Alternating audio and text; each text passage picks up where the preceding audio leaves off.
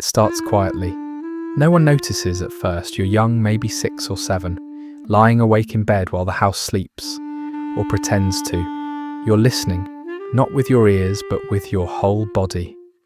The tone of voices earlier, the way a door closed, the silence that followed. And somewhere in that stillness, a thought forms, not in words, but in feeling. Something isn't safe yet. So you stay alert, you replay the day, you imagine tomorrow. You try to anticipate what might go wrong. Not because you want to, but because it feels necessary. Because staying one step ahead feels like protection. This is where it begins. Not as overthinking, but as vigilance.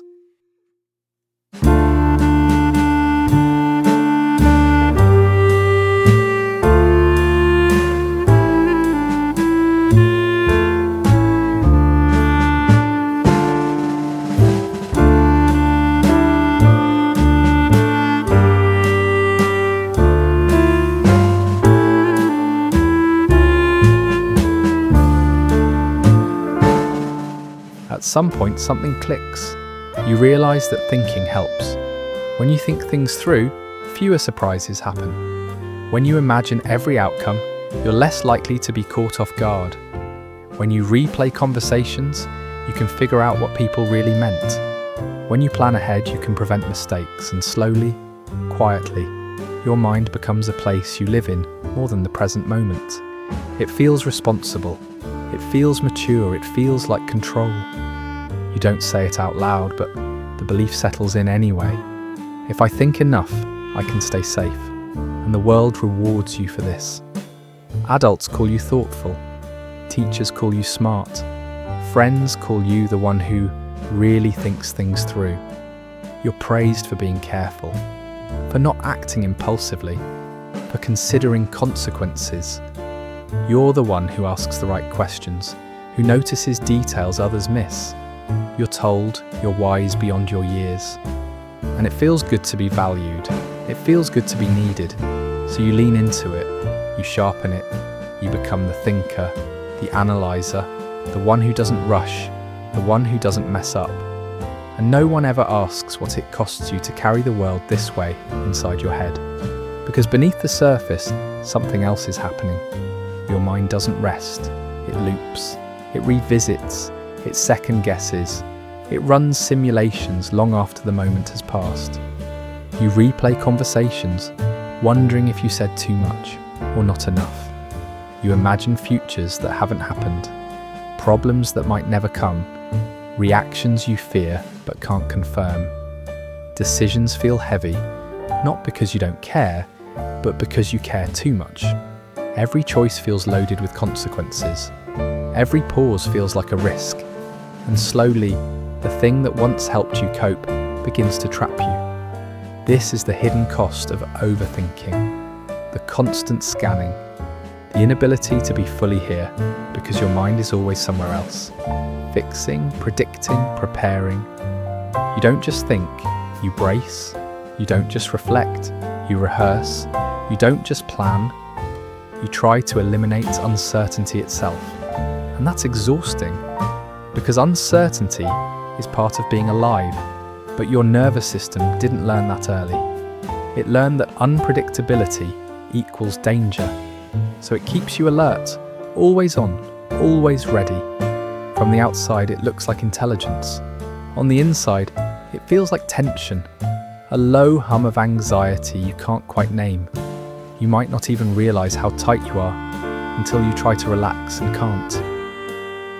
Stillness feels uncomfortable, silence feels loud, rest feels unearned. When nothing is wrong, your mind goes looking for what might be, because peace feels unfamiliar, and unfamiliar doesn't feel safe. There's a reason for this. Overthinking isn't a personality flaw, it's a nervous system strategy. When you grow up in environments where emotions were unpredictable, where safety wasn't consistent, where mistakes felt costly, your brain learned to compensate. It learned that thinking ahead could prevent pain, that anticipating others' moods could reduce conflict, that staying mentally active could keep you one step ahead of chaos. This isn't weakness, it's adaptation. It's intelligence applied to survival. But survival patterns don't know when to turn off. They don't update automatically when the danger is gone. So even as you grow older, even when your life becomes more stable, your nervous system keeps acting like it's still under threat. It keeps asking, what if? What else? What did I miss? And you mistake that voice for intuition. You tell yourself you're just being careful, just being prepared, just being thorough. But deep down, you're tired and you don't know how to stop. As an adult, it shows up everywhere. In relationships where you analyze texts for hidden meaning, where you replay arguments long after they end, where you struggle to trust reassurance because your mind can always imagine another explanation. You might over-explain yourself, afraid of being misunderstood, or hold back entirely, afraid of saying the wrong thing. In work, you might struggle to start because you want to get it right, or struggle to finish because it never feels complete. You exhaust yourself thinking about how to think better. Decision-making becomes a battlefield. Even small choices feel overwhelming. What if you choose wrong? What if you regret it? What if there was a better option you didn't see? So you delay, you research, you ask for opinions. You circle the same thoughts again and again, hoping clarity will eventually appear. But clarity doesn't come from thinking harder. And the more you try to force it, the more stuck you feel. This is the trap. The very thing that once made you feel safe now keeps you anxious. The skill that earned you praise now drains you.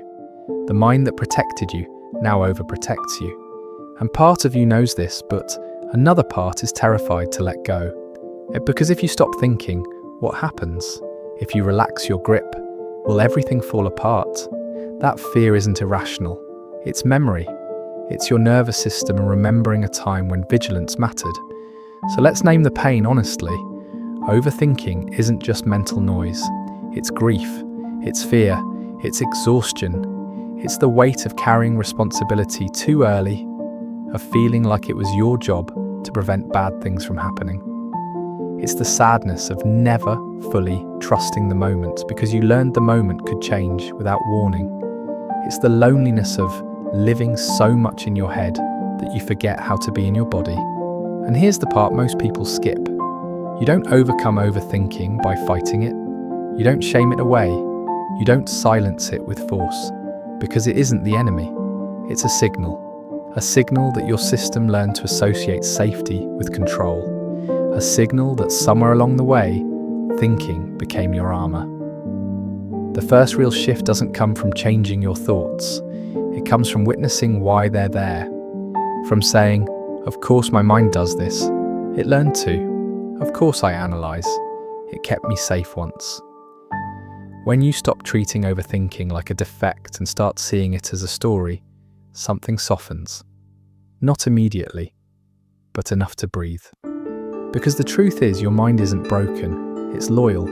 It's been working overtime for years trying to protect you from pain that already happened. And it doesn't know you're safe now. It doesn't know you're grown. It doesn't know you have choices. All it knows is what it learned then. So instead of asking, how do I stop overthinking? A gentler question begins to emerge. What is my mind trying to protect me from right now? That question changes everything. It shifts you from self-criticism to curiosity, from battle to listening. And slowly, you start to notice patterns. Overthinking spikes when you feel out of control, when something matters deeply, when you're afraid of being judged, rejected, or abandoned, when uncertainty touches old wounds. This isn't random. It's relational. It's emotional. It's human. And here's the quiet turning point. You realize you don't need to eliminate uncertainty to be safe. You need to build trust with yourself. Trust that you can handle discomfort.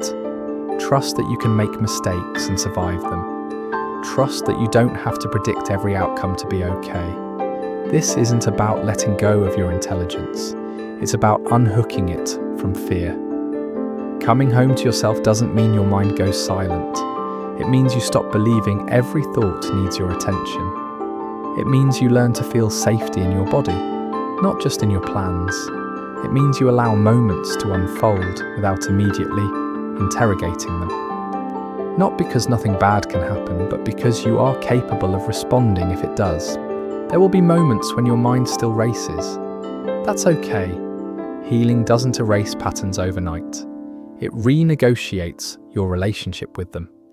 Instead of tightening when the thoughts come, you learn to soften. Instead of panicking about the loop, you notice it. You say, "I see you. You're trying to help."